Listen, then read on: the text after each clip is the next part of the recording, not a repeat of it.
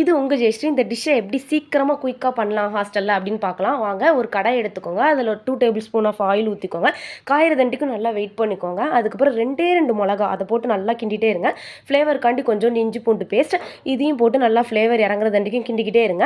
Vegetables உங்களுக்கு என்னெல்லாம் தேவையோ ஆட் பண்ணிக்கோங்க. நான் காஸ்ட் ரொம்ப வரும்ன்றதுக்காண்டி ஒரே ஒரு கேரட் மட்டும் ஆட் பண்ணிக்கிறேன். ஸோ அதையும் நல்லா ஃப்ளேவர் இறங்குற தண்டிக்கும் நல்லா கிண்டிகிட்டே இருங்க. இப்போ பார்த்தீங்கன்னா எக்கு சேர்த்துக்கோங்க. நாங்கள் 2 பேருன்றதுனால நாங்கள் 2-3 எக் எடுத்துக்கிறோம்.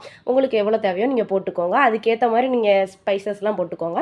இதையும் போட்டு கொஞ்சம் நேரம் வேக விட்டு நல்லா கிண்டி விடுங்க. உடனே கிண்டுனா ஒரு மாதிரி தனித்தனியாக பிரிஞ்சு போயிடும். ஸோ கொஞ்சம் நேரம் வேகட்டும், பொறுமையாக இருங்க. வெந்ததுக்கப்புறம் நீங்கள் வந்துட்டு அதை நல்லா மேஷ் பண்ணி கிண்டி விடுங்க. அதுக்கேற்ற மாதிரி கொஞ்சோண்டு உப்பு போட்டுக்கோங்க. நிறையா போட்டிங்கன்னா டேஸ்ட் நல்லா இருக்காது. ஸோ கொஞ்சோண்டு அளவு பார்த்துட்டு போட்டுக்கோங்க. இதை போட்டு கொஞ்சம் நேரம் வெயிட் பண்ணுங்கள். இப்போ கொஞ்சோண்டு கறி மசாலா போட்டிருக்கேன் என்னோடய டேஸ்ட்டுக்கு ஏற்ற மாதிரி.